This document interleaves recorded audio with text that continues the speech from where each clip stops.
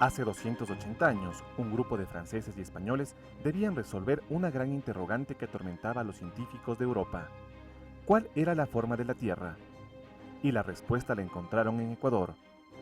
En nuestro primer recorrido por esta aventura geodésica, les contamos del difícil camino para atravesar estas tierras. Muchos encontraron el amor y otros la muerte, y a pesar de ello, volvieron a inicios del siglo XX.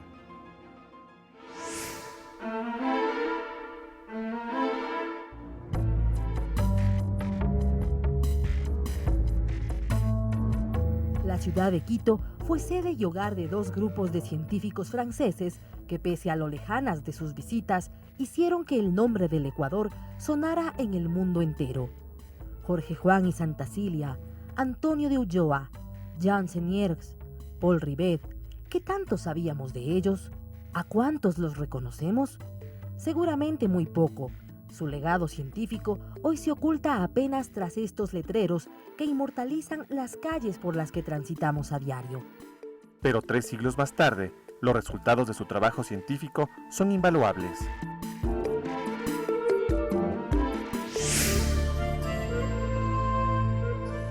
Al nororiente de Quito, Yaruquí y Tababela fueron históricamente asentamientos del pueblo quitú y en la actualidad forman parte de las parroquias rurales del distrito metropolitano. Pero hace 280 años, los geodésicos franceses se encontraron con esta extensa llanura mientras buscaban un lugar idóneo para iniciar sus trabajos de medición. La Condamine menciona en sus escritos que quedaron impresionados por la topografía del terreno, que se asemejaba a una tabla bella, una expresión francesa que al traducirse al español cobró el nombre de Tababela. Los científicos comenzaron a trabajar y debían fijar una línea de base para las triangulaciones, y la hicieron aquí, desde la montaña de Caraburo, atravesando el actual aeropuerto de Quito, hasta llegar a la comuna de Oyambaro, en la parroquia de Yaruquí.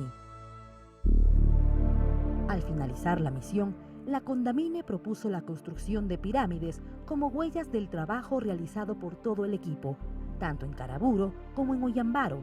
En cada una inscribieron sus nombres y le añadieron una flor de lis en la parte más alta. Este acto ofendió al rey de España, porque la flor de lis era símbolo de la monarquía francesa. Determinarán el derrocamiento de las dos pirámides, la de Caraburo y de Oyambaro, debido fundamentalmente a un problema de jerarquía, es decir, de prelación. No se ha puesto el nombre del rey primero y el símbolo de la flor de lis que coronan las pirámides es una afrenta contra el dueño de casa. Las pirámides se reconstruyeron por orden de Vicente Rocafuerte durante su presidencia del Ecuador. Sin embargo, la de Caraburo ya no existe, y en Oyambaro está el único recuerdo de lo que fue la presencia de los científicos franceses en esta zona. Imaginemos que todo esto era un terreno verde completamente. Lamentablemente ya la evolución y lógicamente el desconocimiento de este tipo de trabajos geodésicos ha permitido que les tumben los mojones, tumben las pirámides. Entonces, lamentablemente, esa pérdida de estos sitios históricos también perjudica a la ciencia, ¿no? Porque ya no tenemos el lugar donde se realizó la medición. El capitán Juan Gómez dirige al grupo de expertos en geodesia del Instituto Geográfico Militar. Esta es una de las áreas científicas en donde es muy importante el legado del trabajo que realizaron las misiones de científicos franceses, primero con la Condamine al mando y luego con el general Perrier. La primera y la segunda misión geodésica marcaron el hito, el inicio de la parte geográfica aquí en el Ecuador. Hablemos que el general Perrier en el término de la segunda misión geodésica en 1906 deja un legado inmenso de conocimiento geodésico. Y eso permite el inicio de lo que hoy se conoce el Instituto Geográfico Militar, en ese entonces el Servicio Geográfico Militar. El Instituto Geográfico Militar conserva algunas de las herramientas que demuestran la evolución de la cartografía, como este telescopio, que se usó principalmente durante los trabajos de los geodésicos franceses de la segunda misión. Un equipo alemán que básicamente en aquella época calibraba el equipo, se lo ponía el equipo en estación para que esté nivelado. Y lógicamente nos acercábamos y visábamos a través de ello de la mira al siguiente punto, al siguiente mojón. Entonces básicamente este es para la medición de ángulos en vertical. Estas son tecnologías actuales, ¿no? Entonces son tecnologías básicamente geodésicas, satelitales. Y lógicamente para determinar un arco de meridiano había que hacer lo que se llaman las triangulaciones. Entonces todos esos componentes, tanto de medir astronómicamente y lógicamente medir a través de triangulación, recaen ya en estos equipos. Ahora hablamos ya de un sistema geocéntrico, que básicamente resecta señal de la constelación satelital de los Estados Unidos, de Rusia, de la Unión Europea, de Japón, de la India. Esto lo que hace es lo que hacíamos en tierra, una triangulación para determinar las coordenadas de este punto. Atrás de esa solución tecnológica, los que desarrollan estos equipos, está toda la ciencia que viene desde la primera, segunda, los inicios del servicio geográfico militar, todos nuestros antecesores, pura matemática. Entonces ahora está tecnificado con estos equipos.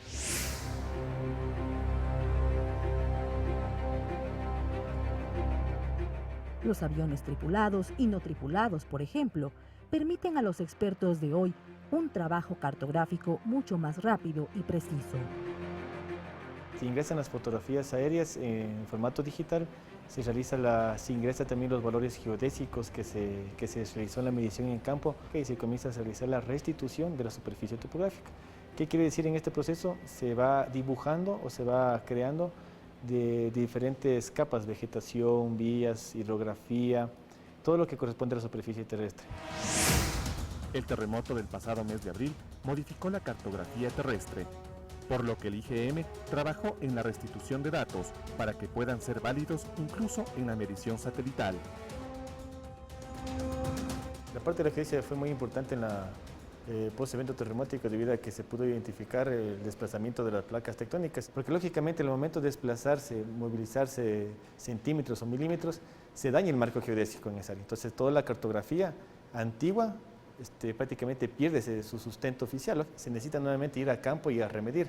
Es decir, nosotros después del post-evento fuimos a los lugares, recuperamos la información, nuevamente medimos y establecemos un marco local para poder generar cartografía de pronta respuesta y lógicamente cartografía oficial que le sirva a los municipios. El cielo estrellado que hoy miramos es el mismo que aquel que analizaron los científicos franceses por las noches. Debían ser expertos astrónomos para poder determinar en la superficie terrestre lo que medían con los astros. Los geodésicos franceses usaron varias constelaciones, entre ellas Orión, Acuario también, que eran las constelaciones que estaban bastante cerca del cenit. Y estas fueron las que sirvieron para poder finalizar esos estudios, para poder precisar las coordenadas geográficas del lugar. Hubo imprecisiones, sí, evidentemente, porque los instrumentos no eran muy perfectos. Imprecisiones que se han ido corrigiendo y hoy con los sistemas actuales sabemos que los resultados de las mediciones de las misiones geodésicas francesas estaban muy cerca de lo que realmente es. Y precisamente para corroborar los resultados de la expedición de la Condamine, en 1901 la Academia de Ciencias de Francia programó una nueva expedición. La ciencia en esos 70 años había avanzado muchísimo. Y entonces pensaron que se podía hacer de nuevo la expedición, pero utilizando los nuevos conocimientos científicos, para comparar los resultados de la primera con la segunda. A diferencia del primer grupo, que llegó a estas tierras en el siglo XVIII, esta nueva misión la integraron geógrafos, arqueólogos y matemáticos del servicio del ejército francés, al mando del comandante Bourgeois. Tampoco tuvieron que pasar por las penurias que vivieron la Condamine, Bouguer o Godin. El gobierno de Eloy Alfaro prometió una colaboración de 20.000 sucres para la expedición. El gobierno del Ecuador conoció desde antes de la venida de esa expedición, proporcionó una respetable suma de dinero para su alojamiento en el país, para sus gastos. Además les proporcionó ayuda logística. Entonces, gentes del ejército, porteadores, oficinistas, los telégrafos, los postillones de correo, todo lo que el país tenía y podía serles útil, fue puesto al servicio de ellos. Pero fue la llegada de la primera misión geodésica la que impulsó y promovió una serie de cambios en el campo científico de nuestro país. En 1873 se instaló en la ciudad el primer observatorio astronómico de la mano del sacerdote jesuita Juan Menten, mientras trabajaba como profesor en la Escuela Politécnica Nacional. Cuando los nuevos geodésicos llegaron a Quito, se trasladaron inmediatamente al observatorio en el Parque de la Alameda.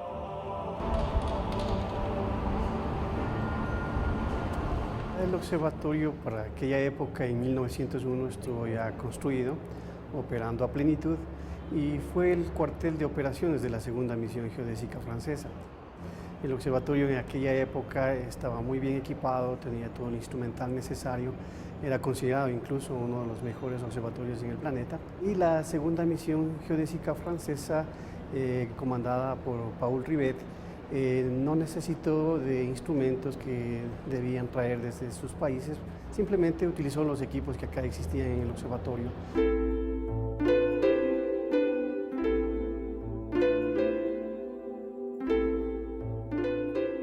Estos son algunos de los instrumentos de medición con los que trabajaron el comandante Bourgeois o los coroneles Lallemand y Perrier. Pero aquí en el observatorio, bajo los 15 metros de la torre del telescopio, también se conserva otro de los legados históricos de la primera misión, el metro patrón.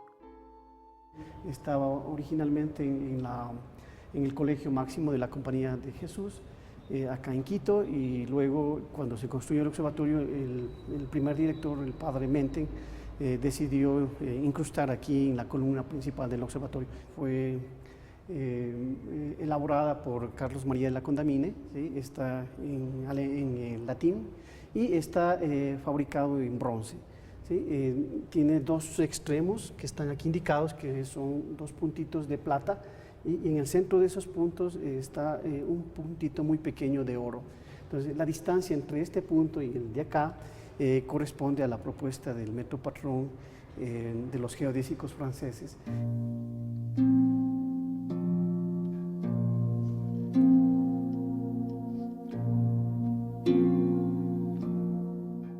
El Observatorio Astronómico de Quito sigue allí mismo, en donde los científicos franceses lo encontraron allá en 1901, para desde aquí continuar con su trabajo en el Ecuador.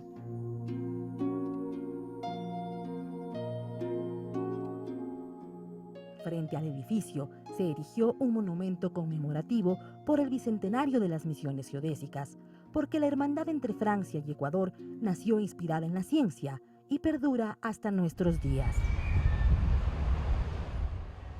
Olivier Danglès es el representante del Instituto Francés de Investigación para el Desarrollo, IRD, que colabora con diversos proyectos científicos en nuestro país desde hace 43 años. El año 74 llegó una tercera misión del IRD con varias personas, solamente geodésicos, sino personas trabajando con el clima, con el agua, con agricultura, biodiversidad, etc. Y el tema geodésico, digamos que se reforzó hace 30 años, cuando llegaron más personas trabajando en el tema geodésico de sismos, de volcanes, y empezamos ahí a armar un pequeño grupo. Al inicio eran algunos interesados nomás. Ahora la propia directora del Instituto Geofísico es una antigua colaboradora que hizo su doctorado en Francia. Entonces estamos ahora con socios, hay bastante gente en el IGE que fueron formados a Francia, que ellos también conocen en Francia como nosotros conocemos el Ecuador. A partir de que la cooperación llegó, sobre todo en el caso de la cooperación francesa, lo que ha dado mucho énfasis a la formación de los profesionales, de los técnicos, investigadores, durante todos estos años, ¿no? Los proyectos de investigación han estado enfocados, por un lado, en tener gente que se prepare y también tener la instrumentación o las técnicas, las mejoras de investigación que se han requerido para continuar con estos procesos. En temas de sismología, en temas de formación, de cómo toda la parte tectónica, en temas de vulcanología. El país es un laboratorio, sí, tiene todos los temas en estos temas geológicos que le permiten trabajar, conocer o saber más de lo que está pasando. Un amor polémico y el guardián de los tesoros de uno de los hombres más célebres del siglo XX.